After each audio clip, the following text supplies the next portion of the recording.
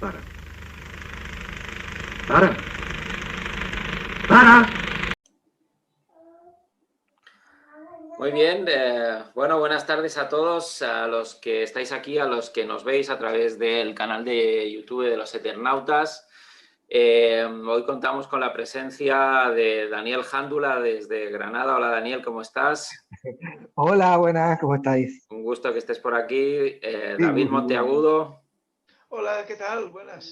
Muy bien. Y Lázaro Covadlo, ¿cómo estás, Lázaro? Hola, ¿qué tal? ¿Cómo estáis todos? Y aquí el que os habla, José Matas, en esta sesión en la que vamos a hablar de una película de Iván Zulueta, ¿sí? Arrebato, que los tres comentaristas ahora desgranarán y que yo asistiré un poco en calidad de moderador y de preguntador, ¿no? Porque yo no he tenido la posibilidad de ver la película, dado que el enlace en la que tenía que verla no ha funcionado.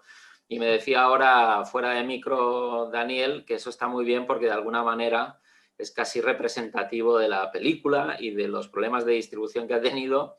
Y comentaba que incluso su DVD en ocasiones funciona y en ocasiones no. Así que yo vengo un poco en calidad de espectador, nunca mejor dicho, ¿no? Porque vengo en calidad de expectante a ver qué es lo que comentáis. Y también para situarme un poco en ese plano en el que probablemente se sitúan muchos de nuestros oyentes o televidentes cuando hablamos de algo que ellos no han visto, y espero que me despertéis las ganas de ver esta película. Y no sé, empezamos por ti, Daniel. ¿Qué nos quieres comentar? ¿Por qué nos has traído esta película hoy al programa? Bueno, creo que David, antes de nada, creo que David tenía algo, me ha parecido... No, nada, era solamente un pequeño comentario que esos problemas que ha tenido José para ver la película y esos problemas que tiene Daniel con el DVD, es que esta es una película maldita, ¿eh? Es una película maldita que tiene toda una leyenda, incluso hay como una leyenda urbana en torno a la película, y la verdad es que algunas de las personas que participaron, pues bueno, no terminaron tampoco muy bien o muy brillantemente, no sé, esto está un poco marcada por cosas así un poco tremebundas. Bueno, en fin, ya Sí, ahora os sí, contará Daniel. yo la tenía olvidada, ¿eh? Y eso que cuando yo tenía, pues sobre los 20 años, una cosa así, yo ya puedo hablar de los 20 años con distancia, justo la mitad de mi vida. Fue una película que vi casi continuamente, o sea, que de estas películas que ponía de golpe, la terminaba, la volví a ver y cuando cuando la recordé hace poco, pues dije, ya está, esta tiene que ir un poco esta tiene que ir para los Eternautas. Me interesaba muchísimo conocer vuestra opinión.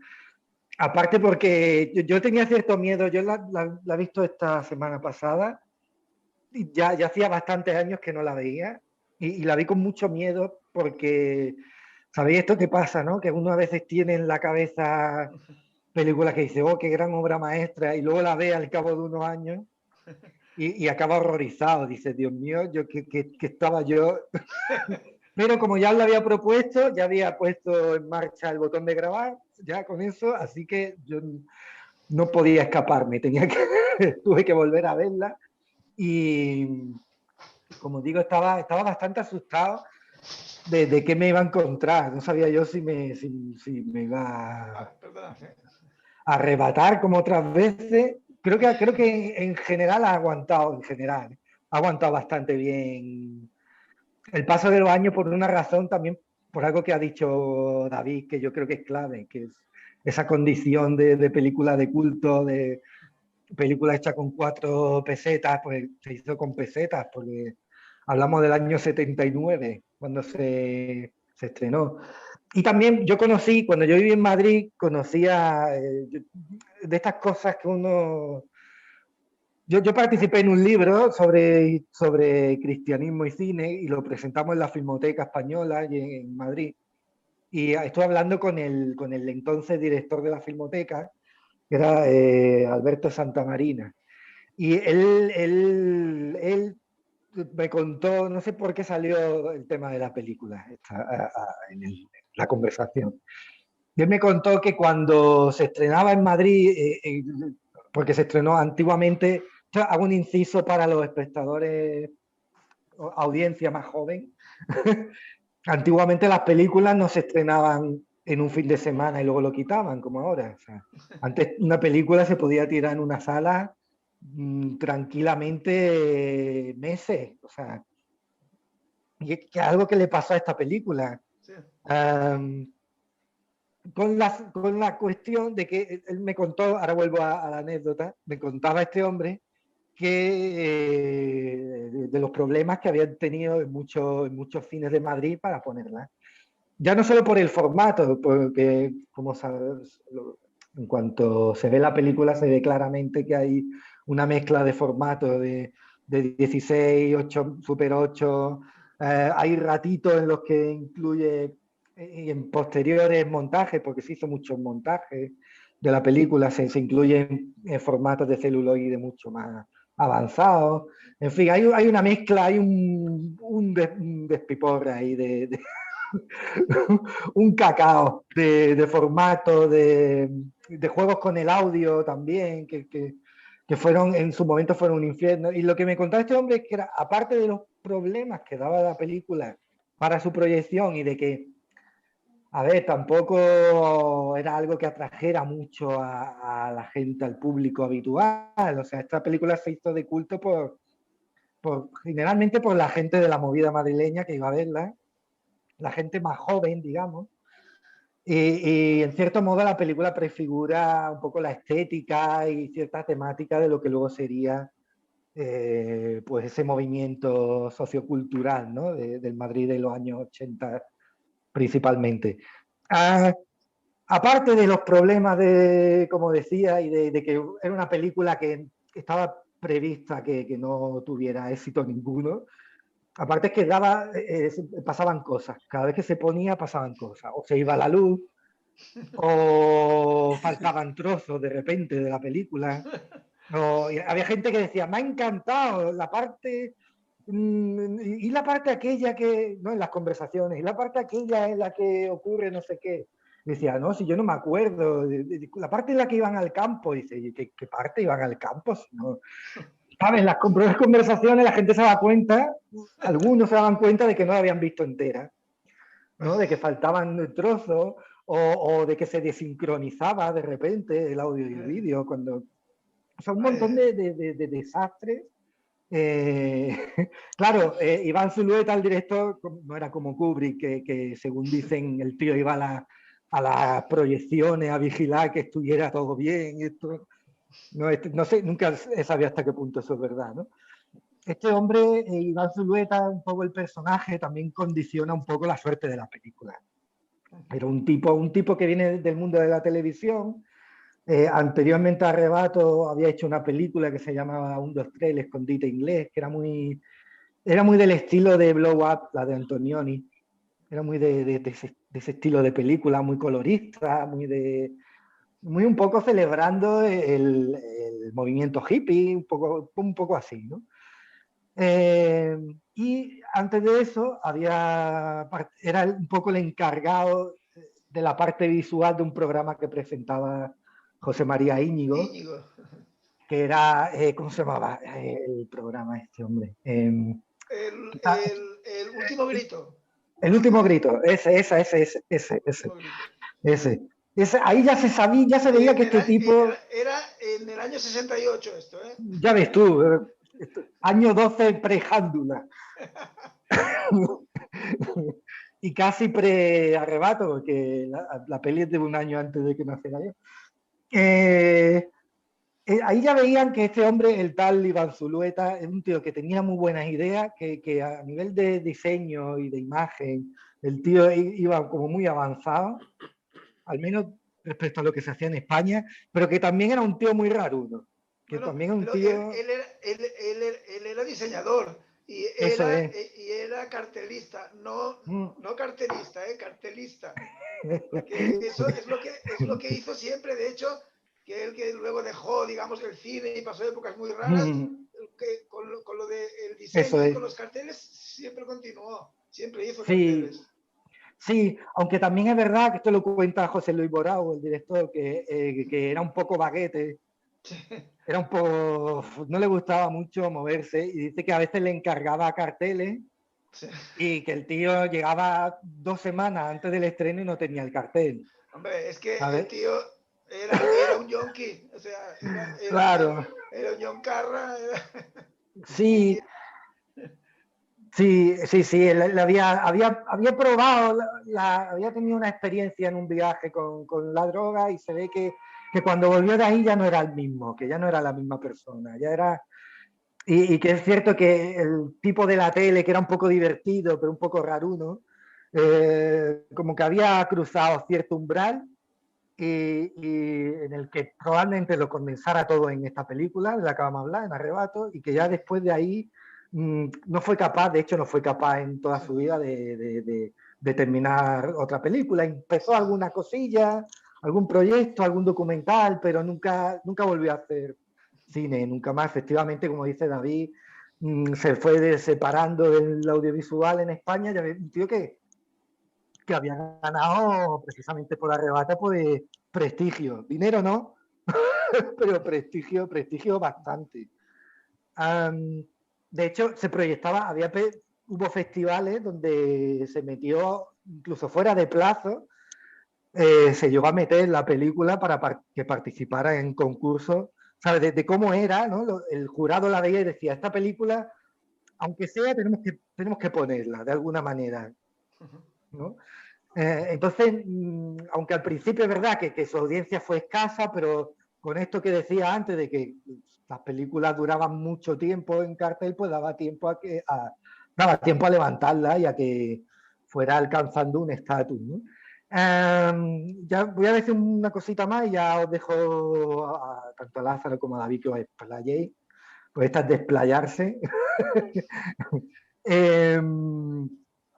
Eso, lo que decía del raruno Iván Zulueta, cuenta Íñigo en una entrevista que dice, en el último grito, este hombre les ponía a prueba. Básicamente lo que hacía, aparte del concepto de diseño que tenía, que era como muy rompedor, ¿no? Como muy pop, por un lado, pero un pop español, o sea, yo lo asocio a un arte pop muy de aquí. O sea, no es, aunque desde luego hacía referencia al arte pop y abstracto norteamericano, pero al mismo tiempo era como muy castizo, era como muy español, ¿no? Lo que cuenta es que este tío le hacía bromas del tipo, a lo mejor en Madrid hacía, en pleno invierno, hacía 2 grados bajo cero, y el tío este le decía al Íñigo, mira, al invitado este que vas a entrevistar, quiero que le entrevistes pero en camiseta. O sea, quiero que hagas la entrevista, pero tú quítate la chaqueta y hazle la entrevista en camiseta. O al contrario, a lo mejor en agosto o en el julio madrileño, que son 40 grados a la sombra, le decía al Íñigo, tú sal con un abrigo de piel ahí y entrevista a este personaje, ¿no? Y claro, José María Íñigo cuenta que eso, de alguna manera, este tipo de pruebas y de vamos a decirlo así, de putadillas que le hacía a los presentadores del programa y a los invitados, de algún modo traspasaba como cierto aire de raro al programa, que ya era raro de por sí, ¿no? En cuanto al montaje y a este tipo de cosas. Pero que este cierto tipo de manipulación detrás de las cámaras, de alguna manera permitía que se empapara la imagen visual que recibía el espectador, de alguna manera se empapara de un tono así extraño, ¿no? Y como chocante, que el espectador dijera, sé que falla algo aquí, pero no sé qué, ¿no? Y eso es algo que utilizó muchísimo en el rodaje de Arrebato, que en principio iba a ser un par de fin de semana o una cosa así, con 15 los días. amigos, nada, una cosa pero que se alargó hasta el año y medio, ¿no? Bueno, la película básicamente va de un director de cine que trabaja para televisión, un poco, que está un poco ahí, que no lo interpreta Eusebio Poncela. este actor, así, tiene una imagen súper mítica, ¿no? Y bueno, este es un tipo que sus dos vampirizaciones, sus dos obsesiones son el cine, por un lado, y las drogas, por otro, ¿no? Y básicamente lo que asistimos en la película es que como estos dos vampiros, bueno, y quizás Cecilia Roth, que es la actriz que aparece, ¿no? Que hace un poco de su novia, su chica y tal. Sí, O su ex, novia. aunque están siempre este tipo de relaciones, ¿no? Que Sí. es como medio amigo, medio rollete todavía, me parece que no terminan de... Y, en fin, él recibe a través de un colega suyo una película, un Super 8. Es que no quiero contar mucho porque para la gente que no lo haya visto, no por el rollo del spoiler ni tonterías de esas, sino porque creo que merece la pena llegar lo más virgen posible al primer visionado, ¿eh? En cuanto a aspectos de la trama, del argumento. Luego otras cosas no es tan interesante, ¿no? Pero bueno, este actor, el Will Moore, se llama, el chico este, que es un tipo raruno, que yo creo que es el propio Iván Zulueta. Él está interpretando al director.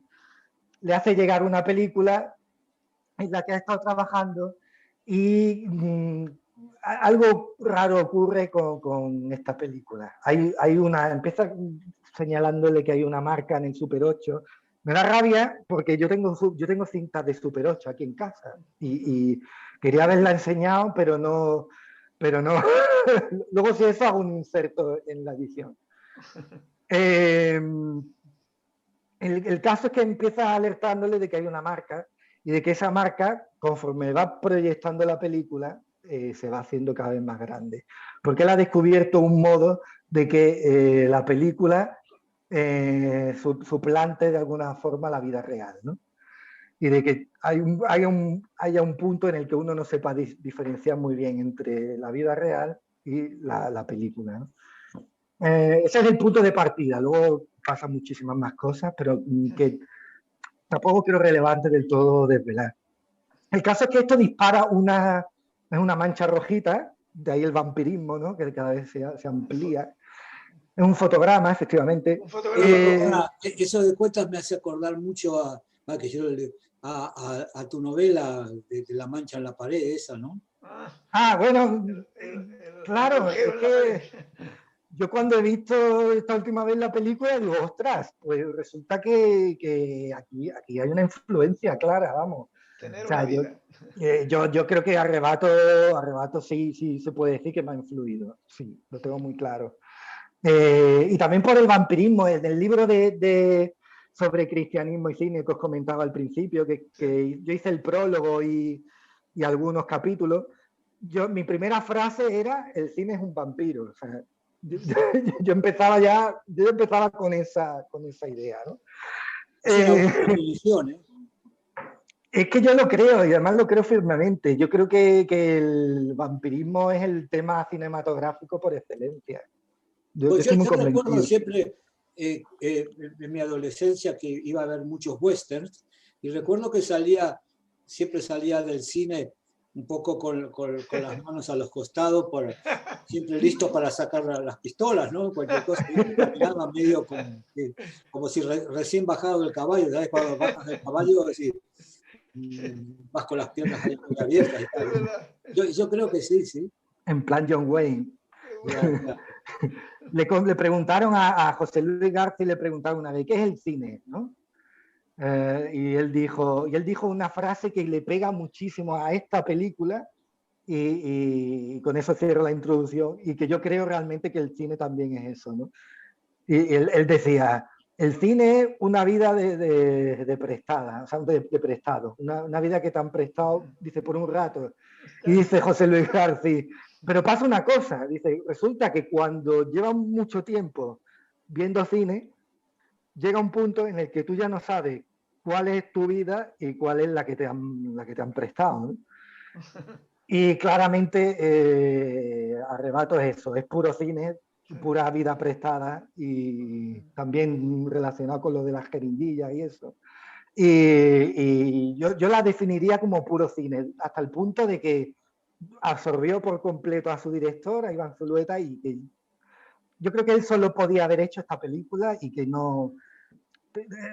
tenía que haber hecho esta película y ya no, ya después como que no tenía sentido haber hecho ninguna más, no sé.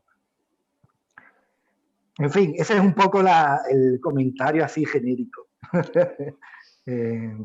Ya os doy paso a vosotros. Decidme. Bueno, yo mismo. Adelante, Sí, David. claro. Vale.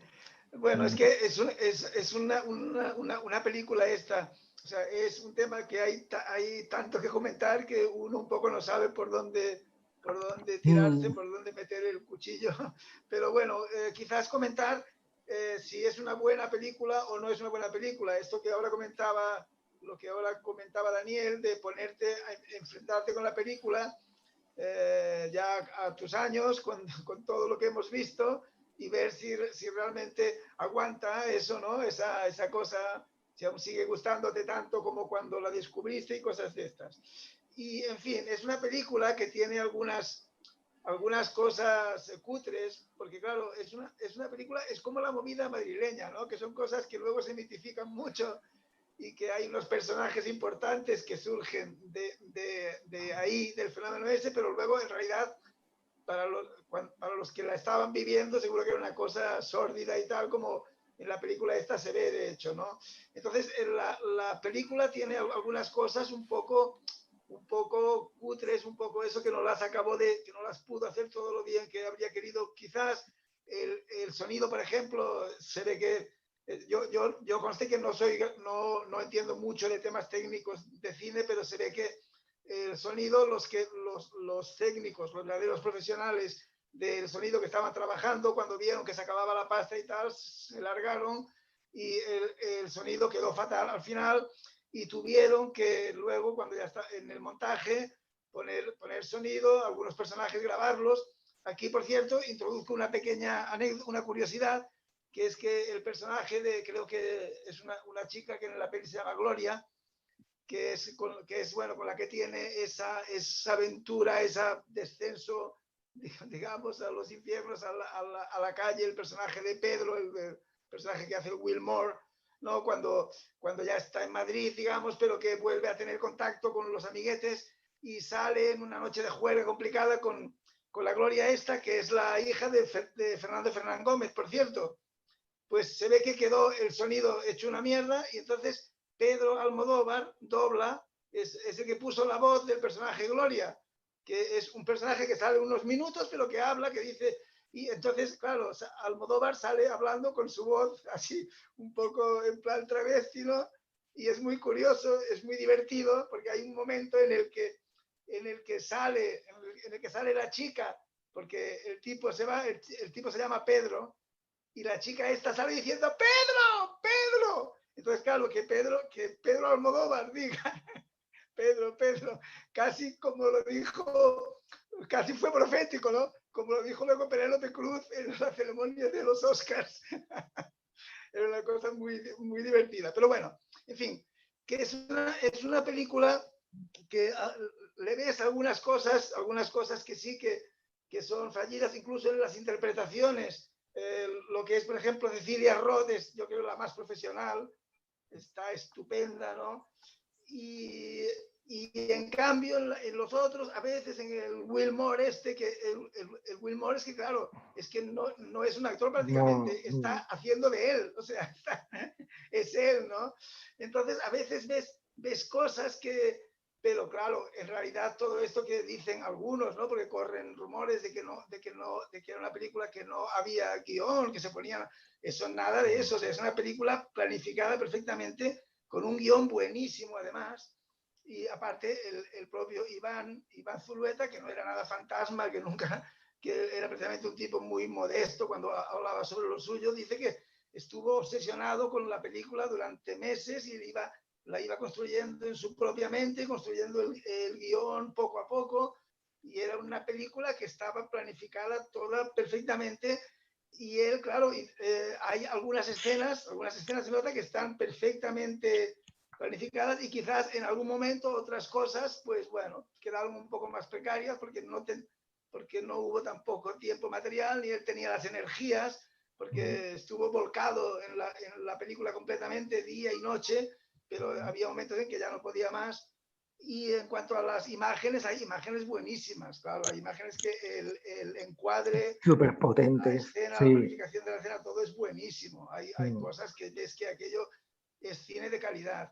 Y luego es interesantísimo en la película el tiempo narrativo de la película, porque la película resulta que la película en sí es la carta Eso es. que acompaña esa película en Super 8 que le mandan al director. Entonces, cuando una voz, que es la de Will Moore, el tipo este loco que hacía, que iba filmando películas, ¿no?, en Super 8, le envía la carta esta, lo que dice la carta es lo que vas viendo en la película. O sea, en realidad, en la película hay dos tiempos narrativos. Uno es esta carta, que se va escuchando la voz, además una voz en off, aguardentosa, así, que va explicando, que está muy bien, ¿no? Y todo lo que cuenta él es lo que vas viendo, ¿no? Entonces explica cuando lo conoció, cuando fueron a su casa, con su prima, y bueno, lo va contando todo. Y hoy otro tiempo, que es el director, el personaje de Eusebio Poncela, cuando llega a casa, recibe ve que le ha llegado el paquete postal con la película y con la carta, lee la carta y pone la película. Y pone la película. Entonces él, desde que recibe la carta hasta que pone la película, aparte se encuentra con que ha vuelto la chica, la que era su novia, que es el papel que hace Cecilia Roth, y todo. Entonces tienen unas conversaciones en las que se va viendo cómo estaba su rollo de pareja ya degradado y tal. Aparte él es un yonki, un tipo que con lo de la heroína, pues el sexo ya tampoco tiene demasiadas energías ni demasiadas ganas. Entonces hay los dos tiempos, el de la carta esta, que va explicando cómo lo conoció y todo, y lo que le ha pasado hasta el último momento, que se está filmando con la cámara esa, con un temporizador que va haciendo fotogramas. Eso es, a 1 por segundo, creo, 1 por minuto, no sé qué. Y luego está el tiempo, que es un día en casa, o sea, cuando el director recibe el paquete lee la carta, pone la película, y al día siguiente sí va a recuperar esa última película, y al final, cuando la película, en los últimos minutos, es ya a tiempo real, cómo acaba la cosa. O sea, desde el punto de vista narrativo, en realidad es una película genial. Bien, otra cosa que yo quería decir es que toda obra de arte, de arte tiene calidad. O sea, toda obra de arte buena siempre contiene verdad, ¿no? Siempre ves el autor, digamos, sea un escritor, un pintor, está hablando sobre sí mismo y está explicando algo que es cierto, no está haciendo un mero ejercicio, digamos, estéril o completamente superficial. Y aquí, en esta película, por ejemplo, es lo que comentaba antes Daniel también, lo que se ha volcado, Iván Zulueta se volcó completamente, y yo creo, Daniel, que está repartido entre los dos personajes. O sea, es por una parte el Pedro, el tipo este tan loco, el Will Moore, el personaje que hace Will Moore, y también es el director, el José Silgado, el papel que hace Eusebio Poncela, en el sentido de que están un poco sus dos tendencias, o sus dos posibilidades. Uno, el más loco, el que está más metido en y otro, el que, bueno, que un poco mantiene un contacto con el mundo, unas relaciones sociales, una actividad artística o profesional. Entonces, en ese sentido, ahí ves que está poniendo su vida, ¿no? Sí, porque están las dos realmente cosas. El tema de las drogas, o sea, de la heroína, sale ahí, pero clarísimamente. Incluso las escenas en la película en que se ve como como entra la aguja en el brazo, que se ve en un primer plano así, en un detalle, ¿no? Se ve, eso fue el mismo que se dibujó el propio Zulueta, y entonces con la cámara estaban grabándole, ¿no? Y bueno, como un cencerro, tío. Cosas Sí. así, ¿no? Y luego otra cosa que quiero apuntar ya para terminar, es el tema del género, el tema de película de género, ¿no? El género fantástico, en concreto. Porque fijaros que ya el director de la película esta, aunque es un tío muy loco y muy hippie, muy pasado de rosca y que encima es yonki y tal, pero es un personaje que estaba haciendo películas de serie B, películas de género, hacía películas de terror, sobre vampiros y tal, pero un poco por lo que nos deja ver, porque tal como empieza la película es precisamente con una revisión que están haciendo con la moviola la moviola, sí. Están mirando el final, justamente el final de la última película que están montando, que está con un montador que es un poco más quisquilloso. Es Antonio Gasset. Es el famoso, sí. es el famoso Antonio Gasset de Días de Cine, sí, el montador, exacto, que era amigo. Y yo creo que ahí dice una de las frases definitivas de la película, la dice él. La de que yo no he escogido al cine, es el cine el que me ha escogido a mí, ¿no? Sí, exacto. Entonces, lo que quería decir es que el género, ¿no? Es, en cierto modo, Arrebato es una película de género. Que eso también es muy curioso, como ocurre con todas las películas que generan debate y que son películas de culto, siempre se prestan a interpretaciones diversas, porque yo cuando leo cómo interpretan la película, o cómo hablan algunos críticos, o cómo se habla cuando pones Wikipedia, ¿no? La versión que da el que redactó el artículo, ¿no?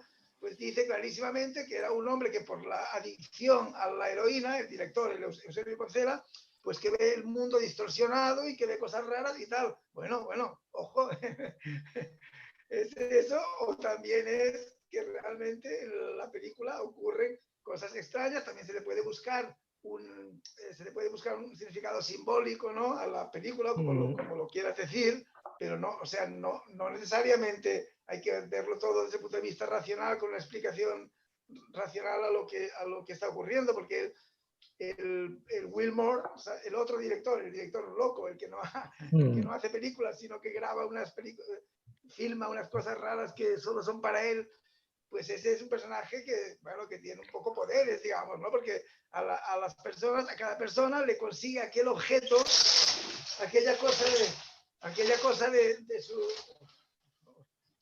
Perdonad. Había un arrebato, un momento de arrebato.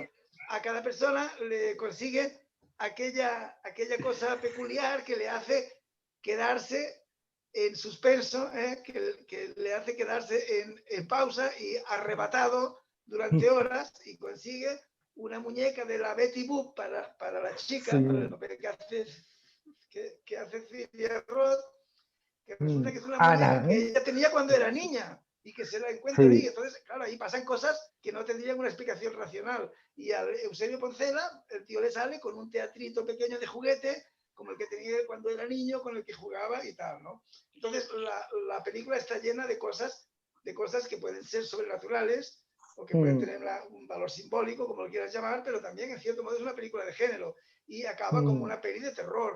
O sea, acaba, de hecho, como una película bastante terrorífica, ¿no? Y luego ya está, dos referencias cinematográficas, ¿no? Que yo he visto, ¿eh?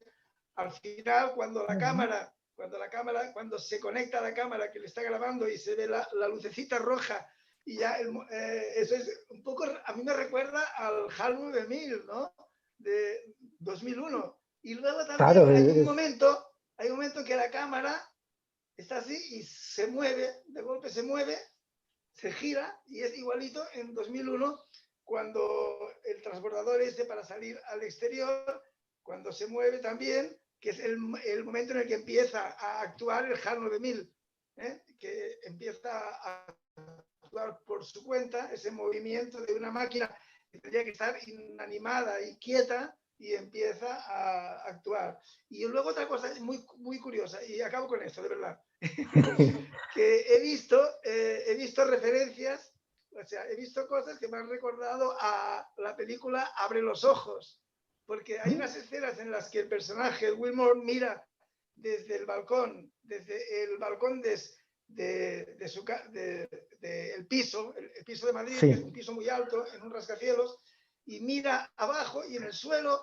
se ven unas formas geométricas que son unas cruces y unos círculos, que son unos bancos circulares y unas farolas muy peculiares que forman una cruz. Y eso, yo creo que eso sale casi tal cual en Abre los ojos, cuando mira No me desde la azotea, extrañaría. que también es un momento importantísimo porque es cuando decide tirarse Sí. en Abre los ojos y suicidarse, y resulta que luego, bueno, todo eso que ya sabemos. Sí. Y yo no sé si no será que Amenábar pues hace ahí un seguramente lo habrá visto. A esta imagen tan peculiar del círculo y la cruz, ¿no? Que sale en la película. Y bueno, muy en fin, interesante. Sí. Muchas cosas podrían comentarse sobre esta película. Desde luego. Desde luego. No sé, a ver qué es lo que opina Lázaro, ¿no? Que nos diga algo. A ver. Que no tengo mucho que, hasta ahora preferiría que sigáis vosotros, porque no tengo mucho más que agregar a lo que habéis dicho, ¿no? Me pareció interesante. Ahora, debo confesar que la película a mí no me arrebató, ¿no? Es decir, yo tengo un concepto tanto del cine como de la literatura de ficción, ¿no? Y es que, digamos, lo que te cuentan, tanto visualmente, o sea, en el cine y lo que te cuentan, lo que estás leyendo, te tiene que atrapar, te tiene que arrebatar. ¿Qué pasa, David, que estás viendo alguna cosa rara? No, es que en casa hay ciertos movimientos que se han producido, pero ya está, ya está. Es silueta que está por ahí, ahí anda está flotándole el aire así. Bueno, no sé, la película me pareció una película extraña, y digamos, yo no sé tanto de cine, ¿no? Como para, si bien el cine me encanta y siempre que veo películas, pero digamos, nunca me he metido en el meollo de cómo es la producción, la dirección cinematográfica, sino que yo soy un consumidor de cine. Y en este sentido, no sé, la película a mí no, como yo diría, no me conmovió, no me movió de donde estaba, ¿no? Sí, es una película extraña y reconozco que tiene valores interesantes, ¿no?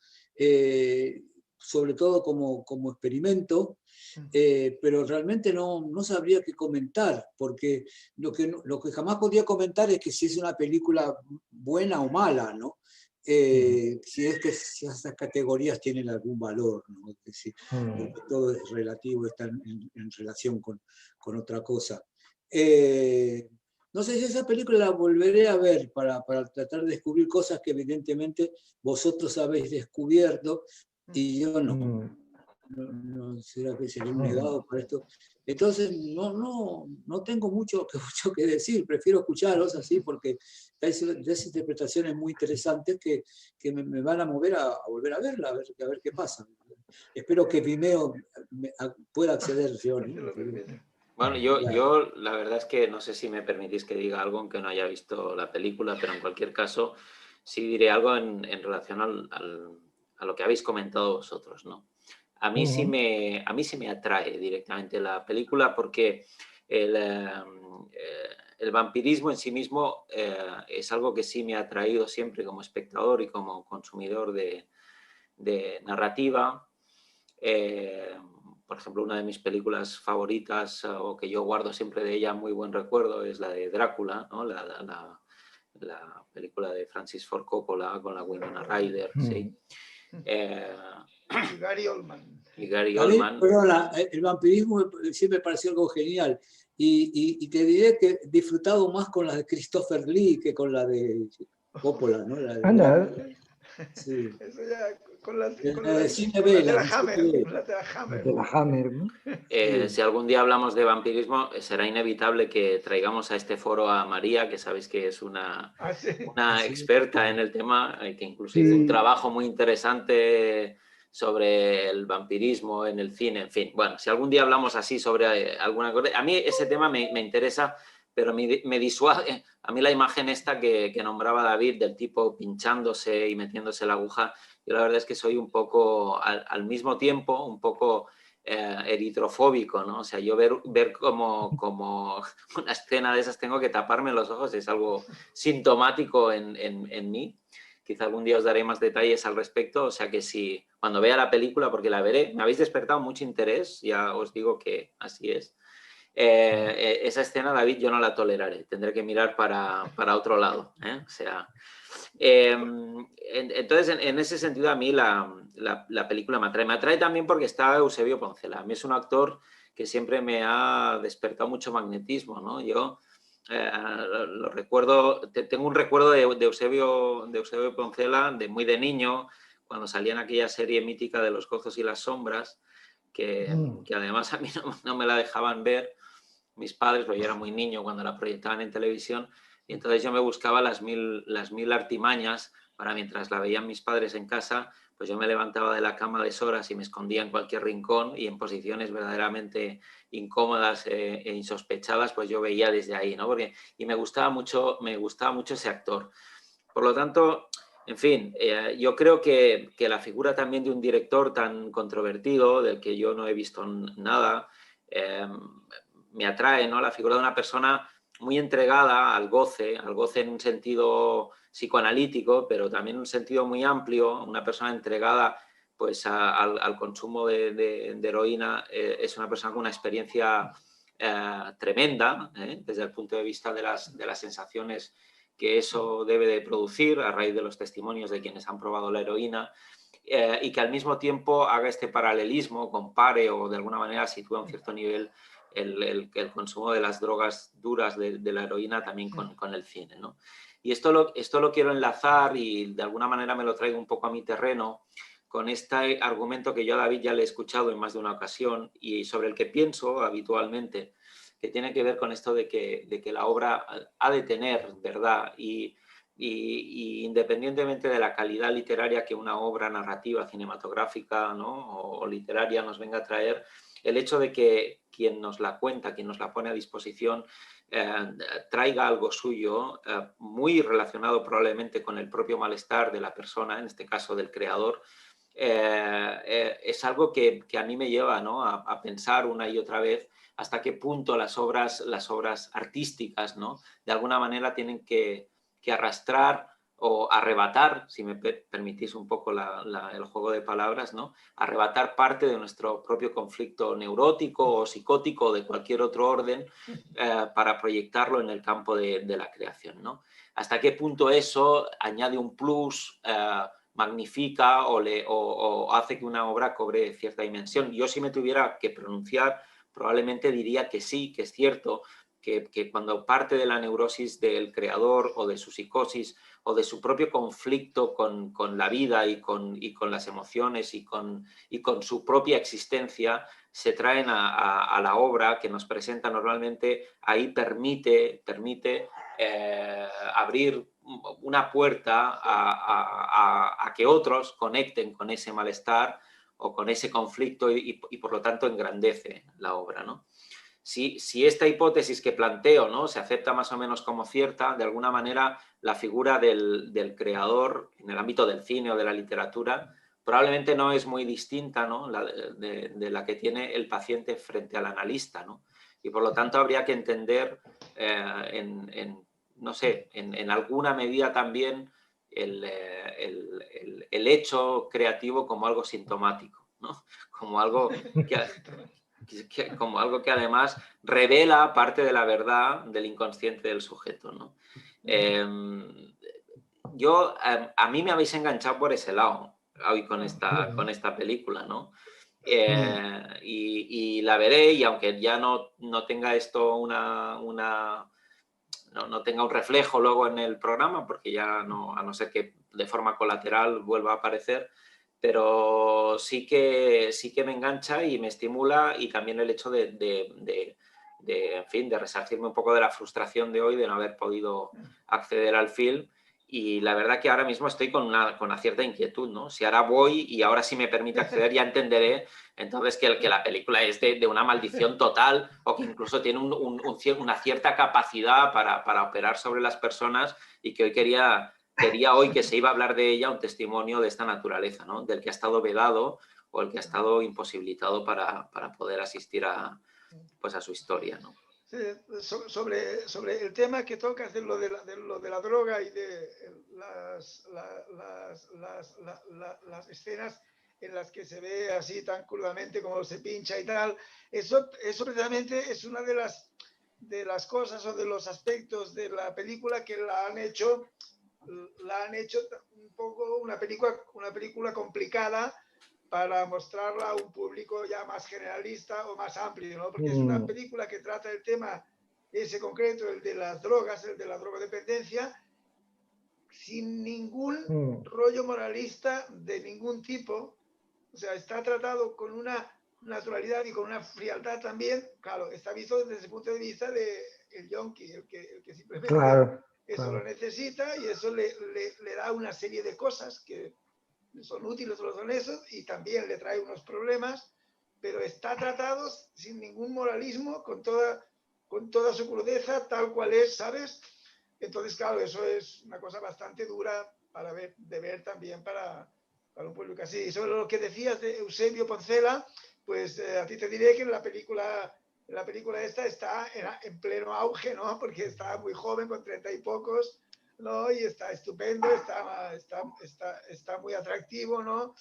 Y ya te digo, quizás no era entonces un actor tan eso, pero aquí, en esta película, hubo una feliz coincidencia, ¿sabes? Porque es una película hecha entre amigos, digamos, porque sobre todo el Will Moore, pues era amigo, conocido de toda la vida de Iván Zulueta.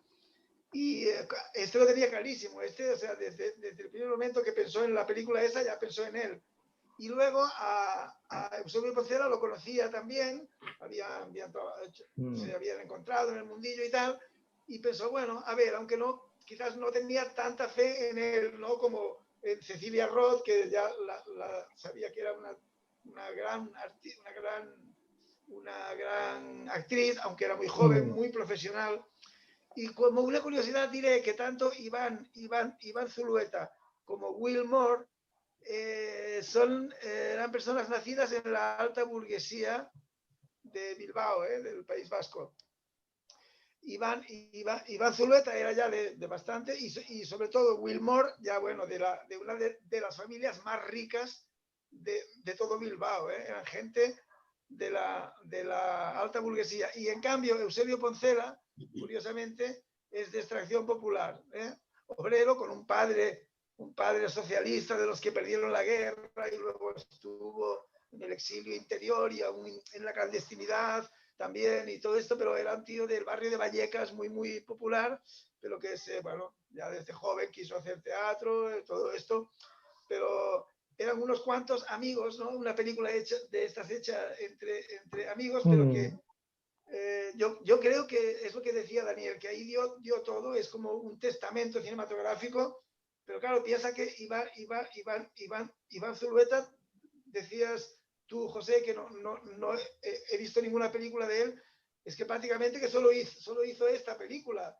y luego esa de 1, 2, 3 del Escondite Inglés, en colaboración con el otro, no me sale el nombre, pero vamos. Pero es anterior a esta. O sea, él hizo Arrebato y luego hizo colaboraciones para la televisión, hizo unos cortometrajes muy raros y muy así, muy pasados de rosca, pero no hizo nada más. O sea, aquí se volcó, lo dio todo, ¿no?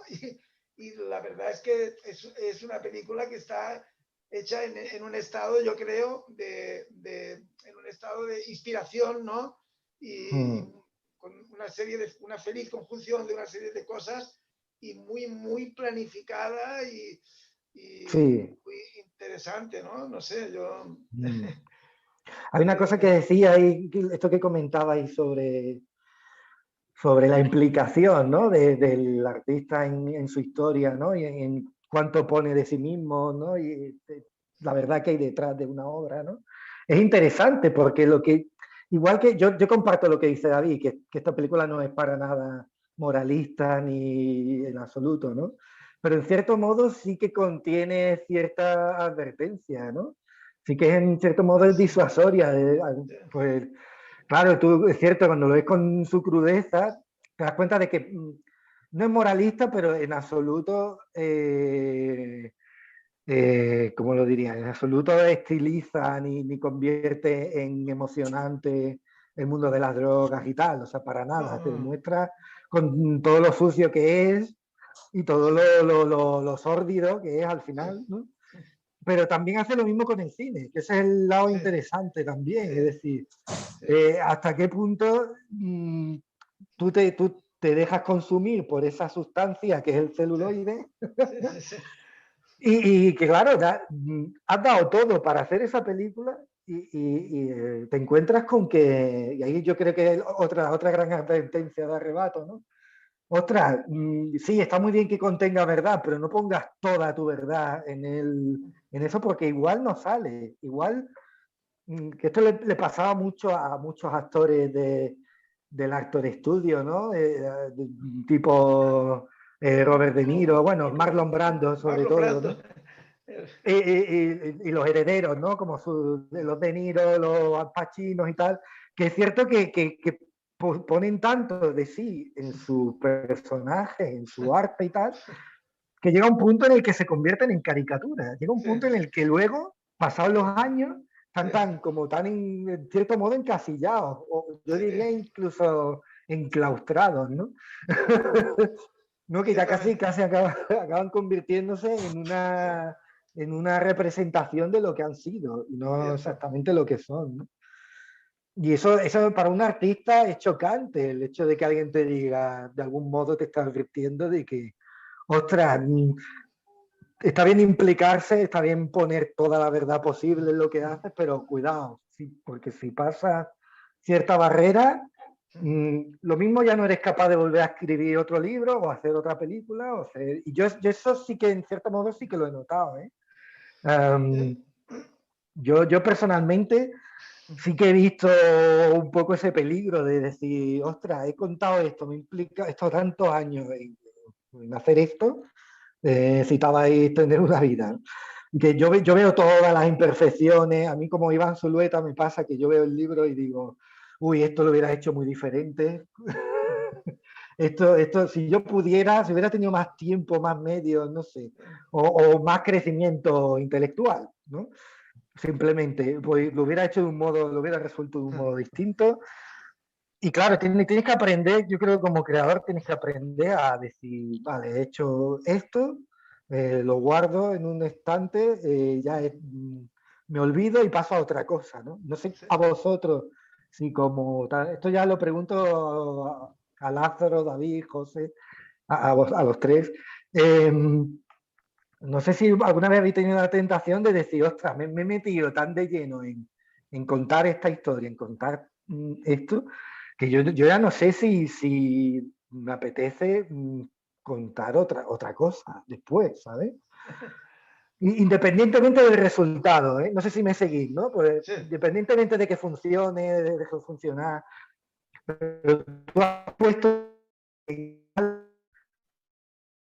no sabes si puede llegar a un punto en el que tú no sabes o no quieras saber siquiera que puedes continuar creando otras Sí, cosas distintas, ¿no? yo eso lo tengo claro, uno se vacía. Uno cuando crea, cuando escribe, por ejemplo, una novela en la que han puesto mucho de ti, has metido mucho material tuyo y te vacías, ¿no? O sea, y más cuando tiendes a contar cosas, episodios sacados de tu propia vida, son cosas que tú las conviertes, les das una forma y entonces un poco las pierdes esa carga que tenías dentro la has convertido en algo, en una obra, le has dado una forma, pero en cierto modo te has vaciado, te empobreces, así como leer a los otros te enriquece, escribir te empobrece porque te vacía en cierto modo, ¿no?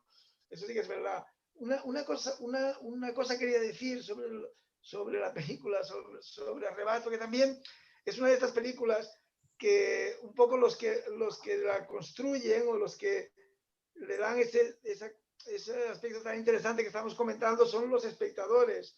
Es lo que ocurre muchas veces con las grandes obras, que precisamente es el comentario que hace los lectores, los intelectuales, los que la han visto, la gente que tiene un discurso, ¿no? y que sabe ver cosas, porque es una película que, como es muy metacinematográfica, pues es muy atractiva, ¿no? para la cultureta, para la intelectualité, ¿no? Entonces la gente es la que construye la película un poco, porque Iván Zulueta, yo he visto alguna entrevista en la que hablaba él, y él decía, bueno, primero, o sea, para empezar, decía que cuando terminó la película estaba convencido de que había salido un pestiño horrible, que no había conseguido nada de lo que quería prácticamente, que aquello sería un fracaso total y que no valía nada. Pero bueno, esto les ha ocurrido también a muchos cineastas con películas que luego han sido míticas, porque el cine es el arte del posibilismo, ¿no? De lo que yo quería hacer, a lo mejor he conseguido, mira, unos pocos planos, que eso sí que los disfruto, pero todo lo demás ha sido intentar, bueno, intentar que no se degradara demasiado, ¿no? La cosa. Entonces, él parece ser que quería hacer una película de género realmente, ¿eh? Entonces, quería hacer una película fantástica, una película de terror un poco, ¿no? Pero claro, como realmente metió mucha cosa suya y mucho material, al final sale algo que puede provocar todo esto que estamos haciendo, todo este debate, todas estas discusiones tan metafísicas casi, tan sobre el arte. Pero él, al parecer, quería hacer películas de género. Y cuando terminó esta película, como vio que había tenido éxito, que se convertía un poco ya desde el principio en película de culto para algunas personas, estaba esperando a ver si le llamaba a alguien, ¿sabes? Si le contrataba, si llamaba a alguna productora para hacer una película de género, ¿sabes? O sea, no para hacer una película de autor, digamos, sino para hacer una película de género. Yeah. El director de la película, el personaje que hace Eusebio Poncela, es un tío que hace películas de género. Entonces es muy curioso, ¿no? Como uno, pretendiendo hacer una cosa más pequeña y más modesta, aunque la hagas con todo el rigor y con toda la planificación que tú tienes clara y tienes unas imágenes, pero a lo mejor no pretendía mucho menos llegar tan hondo ni profundizar tanto como profundizan los comentaristas de la película, ¿no? Eso, no sé, es una reflexión. No sé, Lázaro, si quieres decir alguna cosa al respecto. Bueno, sí, habéis tocado una serie de teclas muy diferentes y son todas muy interesantes.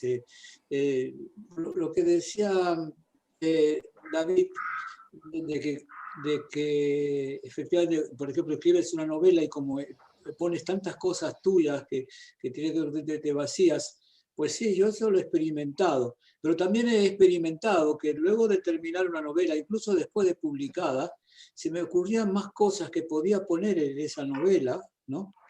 Y que de haberla escrito, de poder, la volvería a escribir, incluso creo que quizá lo haré algún día, si me queda un poco más de vida, lo haré con algunos libros, ¿no? Así, para que, digamos, editarlos. Y otra cosa que me parece muy interesante, digamos, y es que esto de que te vampirizan una película, cualquier película o cualquier cosa que tú veas de la cual, digamos, que te hace participar, pues no sé si te vampiriza o te va haciendo, ¿no? Yo personalmente creo que las cosas que utilizamos, igual que las personas con las cuales nos rodeamos, con las cuales interactuamos, los instrumentos que utilizamos, la música que escuchamos, las cosas que vemos, nos van haciendo.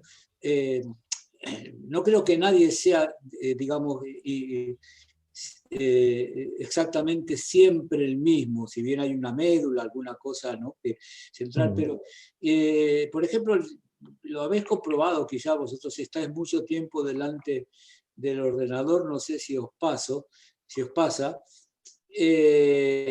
cuando os vais a dormir, cuando entráis en ese semisueño, ¿no? Se va saliendo suavemente de la vigilia y empieza a haber un bombardeo de imágenes. Muchas tienen que ver con la informática, ¿no? Y empieza a pensar como un ordenador, no sé si os pasa. Y en una época jugaba mucho al ajedrez, ¿no? Y después cuando terminaba, no sé si alguno de vosotros tuvo esa experiencia, también después seguía, y después a la hora de dormir no hacía otra cosa que mover peones, que mover la dama, que qué sé yo, que hacer cosas así, ¿no? Incluso pensaba, uy, podía haber hecho esa otra jugada en vez de esta otra, ¿no? Nunca fui un especialista en ajedrez, pero me gustaba, me entretenía, ¿no? Y yo creo que efectivamente estas cosas te van haciendo, ¿no? Y a veces uno, sin darse cuenta, porque si juega mucho al ajedrez, ciertas jugadas de la vida, ciertas relaciones, las haces, mueves como si estuvieras jugando al ajedrez, ¿no? Y ciertas cosas, digamos, cuando estás con el ordenador, ciertas cosas también les das ese ritmo, ¿no? Sí, efectivamente, nosotros, por ejemplo, es decir, aprendemos a hablar porque oímos hablar y porque nos hablan, ¿no? Sí.